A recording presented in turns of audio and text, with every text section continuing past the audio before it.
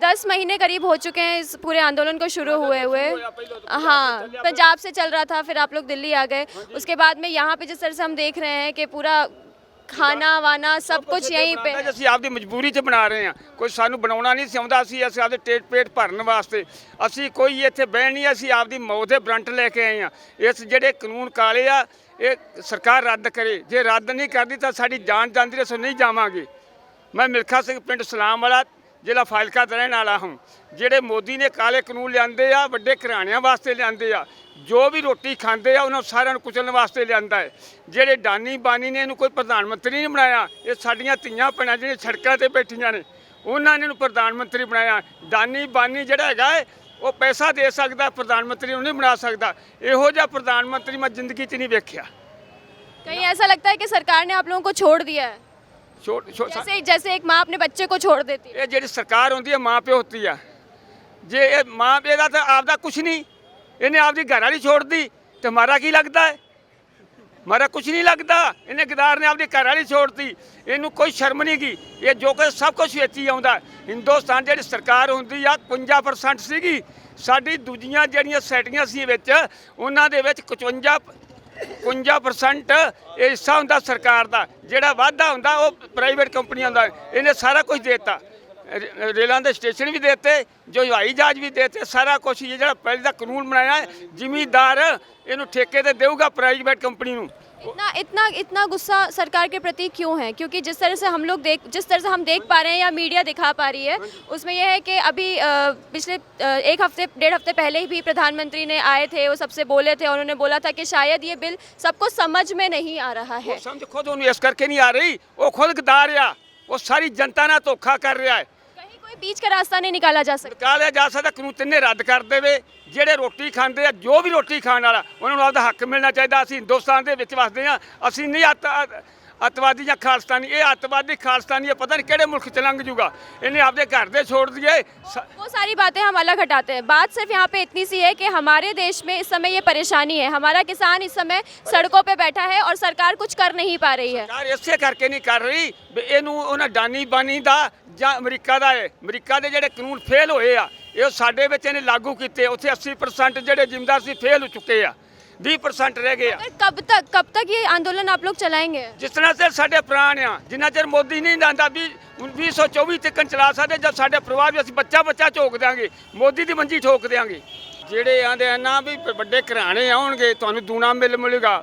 1 ਸਾਲ ਜਿਵੇਂ ਕਾਰਪੋਰੇਟ ਘਰਾਣੇ ਸਾਡੇ ਘਰੇ ਆ ਗਏ, ਜ਼ਮੀਨਾਂ ਸਾਡੀਆਂ ਠੇਕੇ ਤੇ ਲੈਣਗੇ, ਭਾਵੇਂ 5 ਰੁਪਏ ਦੇਣ, ਭਾਵੇਂ 500 ਰੁਪਈਆ ਦੇਣ। ਉਦੋਂ ਬਾਅਦ ਅਗਲੇ ਸਾਲ ਸਾਡੀ ਜਿਹੜੀ ਜ਼ਮੀਨ ਆ ਉਹ ਆਖਣਗੇ ਵੀ ਇਹ ਫਸਲ ਬੀਜ ਲਓ, 20,000 ਚ ਲਵਾਂਗੇ। 20,000 ਦੇ ਬਜਾਏ ਜਿਸ ਵੇਲੇ ਆਖਣਗੇ ਵੀ ਤੁਸੀਂ ਪੈਸੇ ਨਹੀਂ ਦੇ ਸਕਦੇ, ਸਾਡੀ ਫਸਲ ਨਹੀਂ ਖਰੀਦਣਗੇ। ਜਿਸ ਨਾ ਫਸਲ ਖਰੀਦਣਗੇ ਤਾਂ ਸਾਨੂੰ ਹੁਣ ਪੈਸੇ ਦਿਓ, ਅਸੀਂ ਪੈਸੇ ਕਿੱਥੋਂ ਦੇਵਾਂਗੇ? ਉਸ ਵੇਲੇ ਜਿਹੜੀਆਂ ਪ੍ਰਾਈਵੇਟ ਬੈਂਕਾਂ ਕਰਤੀਆਂ, ਅਸੀਂ ਕਰਜ਼ਾਈ ਜਿਹੜੇ ਸਰਕਾਰ ਦੇ ਕਰਜ਼ਾਈ ਕੀਤੇ ਆ, ਜਿਹੜੀਆਂ ਸਬਸਿਡੀਆਂ ਸਾਡੇ ਸਾਰੀਆਂ ਚੁੱਕਤੀਆਂ, ਸਾਰਾ ਕੁਝ ਵਧਾ ਦਿੱਤਾ। ਜਦੋਂ 65 ਤੋਂ ਜਿਹੜਾ ਸਾਡਾ ਚੱਲਦਾ ਸੀ ਉਸ ਤੋਂ ਲੈ ਕੇ ਸਾਡਾ 19 ਫਸਲ ਦਾ ਰੇਟ ਵਧਿਆ ਹੈ। ਜਿਹੜੀਆਂ ਦੂਜੀਆਂ ਚੀਜ਼ਾਂ 450% ਵੱਧ ਗਈ ਆ, ਤਨਖਾਹ ਵੀ ਵੱਧ ਗਈ, ਸਾਰੀਆਂ ਚੀਜ਼ਾਂ ਵੱਧ ਗਈਆਂ। ਜ਼ਿਮੀਂਦਾਰ ਉੱਥੇ ਰੁਲਦਾ ਫਿਰ। ਅਸੀਂ ਇਸ ਕਰਕੇ ਕਰਜ਼ਾਈ ਆ। ਕਰਜ਼ਾਈ ਸਰਕਾਰ ਸਾਨੂੰ ਕਰਜ਼ਾਈ ਹੋਣਗੇ ਤੇ ਬੈਂਕਾਂ ਇਹਨਾਂ ਪ੍ਰਾਈਵੇਟ ਕਰਤੀਆਂ। ਕੱਲ੍ਹ ਨੂੰ ਪ੍ਰਾਈਵੇਟ ਜਿਹੜੀਆਂ ਬੈਂਕਾਂ ਹੈ ਉਹ ਸਾਡੀਆਂ ਕੁਰਕੀ ਕਰਾ ਕੇ ਪਹਿਲੀ ਆਪਦੇ ਹੱਕ 'ਚ ਲੈਣਗੀਆਂ। ਇਹ ਸਰਕਾਰ ਦੀ ਮੁੱਢੋਂ ਤੁਰੋਂ ਜੋ ਵੀ ਸਰਕਾਰ ਆਈ ਆ ਉਹਨਾਂ ਦੀ ਇਹ ਕਮਜ਼ੋਰੀ ਆ ਵੀ ਸਾਰੇ ਅਮੀਰ ਘਰਾਣੇ ਆ। ਬਾਦਲ ਕੇ ਵੀ, ਕੈਪਟਨ ਦੇ ਵੀ, ਜਿਹੜੇ ਵੱਡੇ 750 ਘਰਾਣੇ ਸੀ ਹਿੰਦੁਸਤਾਨ ਦੇ ਵਿੱਚ, ਉਹਨਾਂ ਦੇ ਵਿੱਚ ਹੋਰ ਹੀ ਵੱਧ ਗਏ ਆ। ਇਸ ਕਰਕੇ ਸਾਡੀ ਇਹ ਜਿਹੜਾ ਮੋਦੀ ਆ ਨਾ, ਇਹ ਸਾਰਿਆਂ ਨੂੰ ਆਪ ਜ਼ਮੀਨ ਦੇ ਕੇ ਸਾਨੂੰ ਭਿਖਾਰੀ ਬਣਾ ਰਿਹਾ ਹੈ। ਜਿਹੜੇ ਰੋਟੀ ਖਾਣ ਵਾਲੇ ਆ ਸਾਡੀਆਂ ਧੀਆਂ ਭੈਣਾਂ ਬੋਤਲਾਂ ਚੁੱਕਦੀਆਂ ਫਿਰਦੀਆਂ, ਨੂੰ ਸ਼ਰਮ ਨਹੀਂ ਆਉਂਦੀ? ਇਹਦੀ ਮਾਂ ਗੱਦੀ ਤੇ ਬੈਠੀ। आप लोग श्री वाहिगुरू जी का खालसा, श्री वाहिगुरू जी की फतेह। जो ये बापू तो अपन ने बात सुन ली आ, क्लियर कट करता इन्होंने, बिल्कुल बेस्टली बोल दिता भी जिन्ना टाइम आप इत्थे रवांगे, अहीं लगातार मंजे इत्थे डाए आ, पक्के मंजे आ, पक्के बिस्तरे आ इत्थे, उन्ना टाइम अहीं पिछे हटण वाले नहीं गे। मोदी सरकार नूं इन्नी गल कहने आ भी मेहरबानी कर दे भी अगर तू समझेगा तो समझ आएगा तो पिछे नूं हट जा। पर यह खालसा पंथ है जी आ कि नहीं पंजाबियों दे है, ਇਹ ਪੰਜਾਬੀਆਂ ਦੇ ਖਾਲਸਾ ਪੰਥਾ ਜਿੱਥੇ ਨਿਹੰਗ ਸਿੰਘ ਖੜੋ ਜਾਣਗੇ ਨਹੀਂ ਉਹਨੂੰ ਪਿੱਛੇ ਹਟਾਉਣਾ ਬਹੁਤ ਮੁਸ਼ਕਲ ਆ। सरकार का ये कहना है कि वो अपने एमएलएज को या एमपीज़ को भेज रही है किसानों के पास में अलग अलग गाँव में ये कानून को समझाने के लिए, क्योंकि सरकार का मेन मुद्दा ये है कि कानून समझ में नहीं आ रहा है लोगों को। आपके पास कोई आया सरकार की तरफ से बात करने के लिए? ऐसा है, जो सरकार हमारे पास अपने नुमाइंदे भेज रही है उन नुमाइंदों के समझ में नहीं आ रहा। किसान को समझ में आ रहा है कि ये जो कानून है ये बिल्कुल काले कानून है और किसान को बर्बाद करके रख देंगे। मोदी साहब 2014 का जो चुनाव हुआ था उसमें ये प्रधानमंत्री बने और इन्होंने अब जो चुनाव हुआ 2019 में हुआ, जो अंडानी ने ये गोदाम बनाने शुरू करे 2017 में शुरू करे और मेरे पास पूरे प्रूफ हैं। 30 लाख से किला लिया नौरथे के अंदर डिस्ट्रिक्ट पानीपत के अंदर, अब 1 किला वहाँ डिस्ट्रिक्ट जो हुई है 2 करोड़ 10 लाख में 1 एकड़ की हुई है। जब 2017 में अडानी जी ने ज़मीन खरीदनी शुरू कर दी थी, 10 जगह हरियाणा में खरीद करनी शुरू कर रखी और 17 जगह पंजाब में। इसने उत्तर भारत के किसान को बर्बाद करने का ठेका ले रखा है। जबकि अटल भी लाल बहादुर शास्त्री जी ने जब हिंदुस्तान में अनाज बाहर से मंगवाते थे ना, जब इस हिंदुस्तान की अनाज की पूर्ति हरियाणा और पंजाब के किसान ने पूरी की थी। अगर अब हमारे पास अनाज अगर सरप्लस हो गया तो किसान को विकल्प देना चाहिए था, दालों का, तिलहन का, तेल वगैरह का। हम वो फसल इतनी ज़्यादा कर देते क्योंकि किसानों को वहाँ सरकार को मंगाने नहीं पड़े थे अगर अनाज सरप्लस हो गया था तो। लेकिन इन्होंने क्या किया, अमेरिका और यूरोपीय देशों से संबंध बनाकर अडानी और अंबानी को सिर्फ जिस प्रकार रेल बेच दी, जहाज बेच दिए, इंवेस्टमेंट बेच दी, LIC बेच दी, बैंक बेच दिए, जो सब कुछ बेच दिए, अब किसान भी बेच दिए। हिंदुस्तान का किसान बेच दिया, ये ठीक कर खा रहा था। कम से कम इन्होंने जो झूठ बोल कर ये सत्ता में आए अगर हम किसानों की आमदनी दुगनी करेंगे और स्वामीनाथन आयोग की रिपोर्ट लागू करेंगे, ऐसा कुछ नहीं किया, जबकि किसान को बर्बाद कर दिया। और जो ये गाँव में समझाने के लिए आ रहे हैं वो मोदी साहब की कमेटी के लिए कह देते हम जाएंगे, गाँव में नहीं घुसते क्योंकि डर लगता है उन्होंने गाँव में। सरकार का ये बोलना है कि जितने भी पॉलिसीज़ आई हैं, जो भी बिल आए हुए हैं, वो सारे किसान के लिए हैं, किसान के अच्छे के लिए है और आगे आने वाले समय में जो आगे किसान जनरेशन होने वाली है उन सब के लिए अच्छा होने वाला है। ऐसा है जी, ये किसान के अच्छे के लिए नहीं है। जो ये बुजुर्ग वगैरह बैठे हैं नहीं, ये अपनी आने वाली नस्ल के लिए बैठे हैं, क्योंकि इन्होंने पता है, क्योंकि किसान ने इन्होंने जो कानून बनाए ना वो कानून ऐसे बनाए जब सरकार ये कह रही है कि भाई एक बाजार, एक देश, एक निशान, एक सरकार, जब सब कुछ एक वो कर रही हैं तो फिर मंडी 2 क्यों? सरकार कह रही सरकारी भी रहेगी और प्राइवेट भी रहेगी। सरकार का ये कहना है कि मंडी 2 क्यों? जब राष्ट्रीय बाजार एक, किसान एक, कहीं बेचो कहीं खरीदो, मंडी एक क्यों नहीं? फर्क क्या पड़ता है? सरकार ने बोला जरूरी तो है नहीं। उससे ये फर्क पड़ता है, इनका अपना देह है, ये 2024 के चुनाव को लेकर चल रहे हैं। इनका मतलब कि जब इन्होंने कहा ना किसान की 11 दौर की वार्ता हुई, किसान की 11 दौर की वार्ता में नरेंद्र सिंह तोमर कृषि मंत्री हिंदुस्तान ने ये मान्या था जो 30 बिंदु हैं, 18 बिंदुओं पर कमी है और उन बिंदुओं पर आप संशोधन करवा लो, कानून को रिफेल ना करो। लेकिन हमारा किसान ये कह रहा है जब 30 में से 18 गलत है ना, 12 क्या है, इनको रिफेल कर किसान को, कृषि विशेषज्ञ को, इनको साथ में लेकर नए कानून बना दो।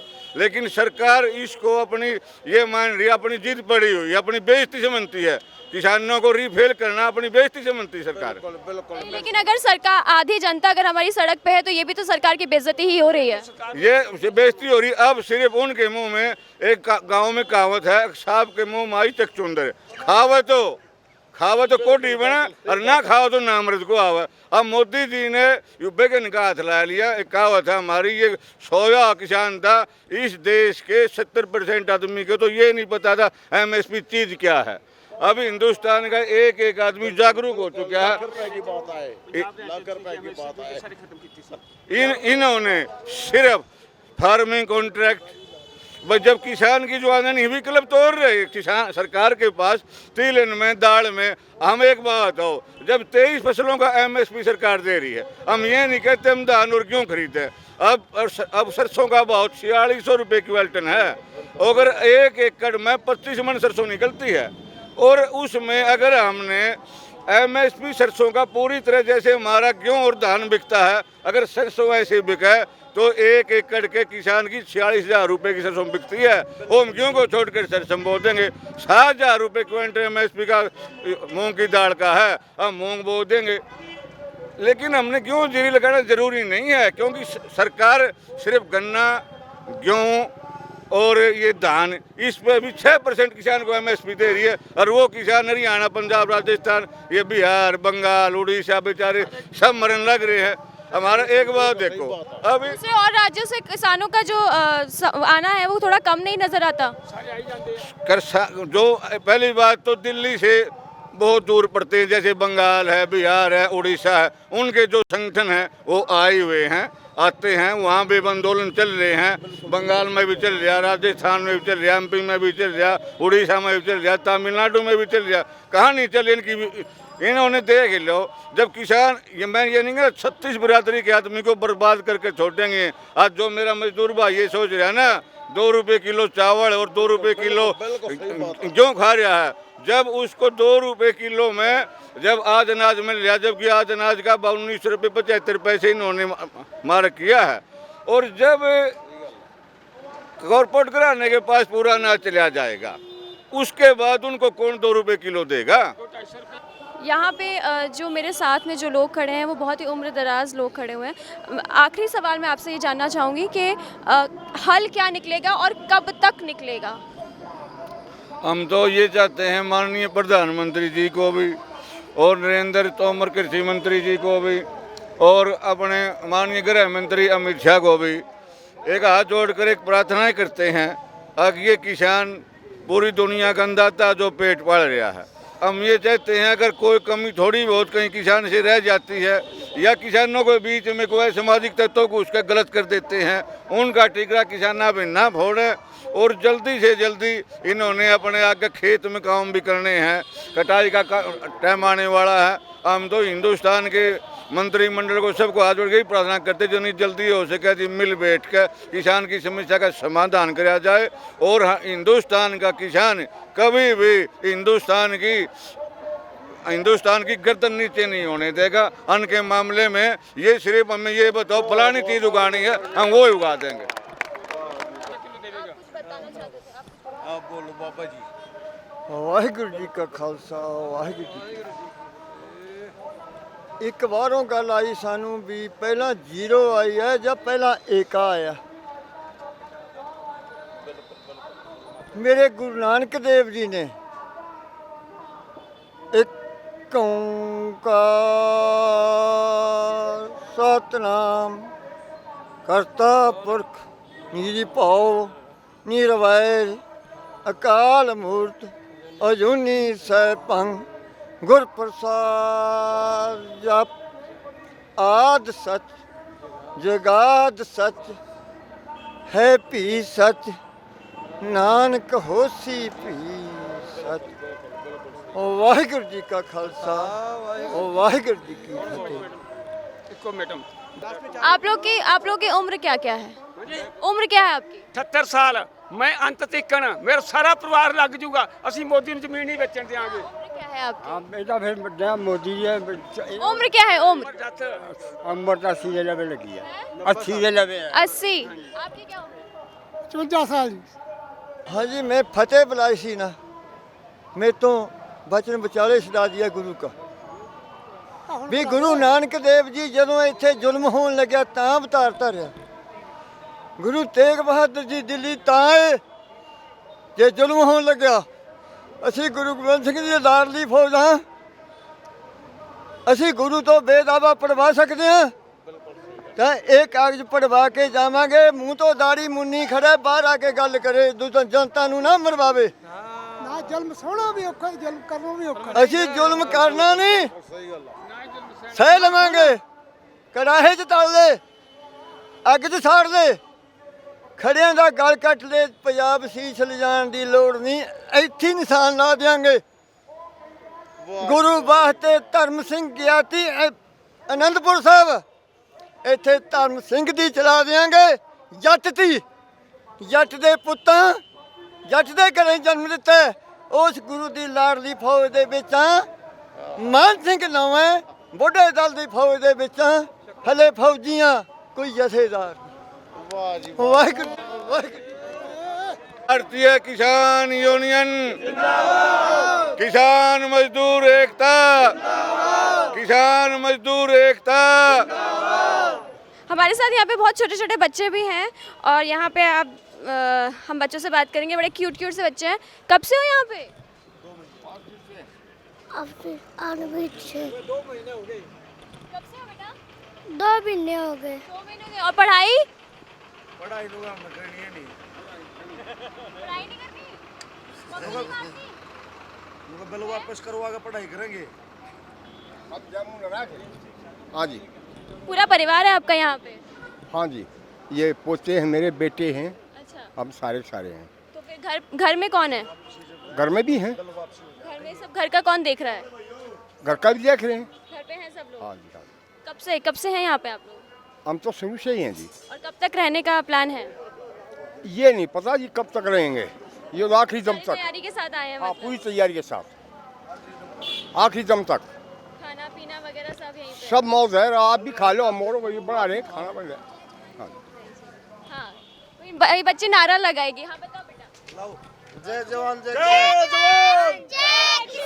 किसान एकता, किसान एकता।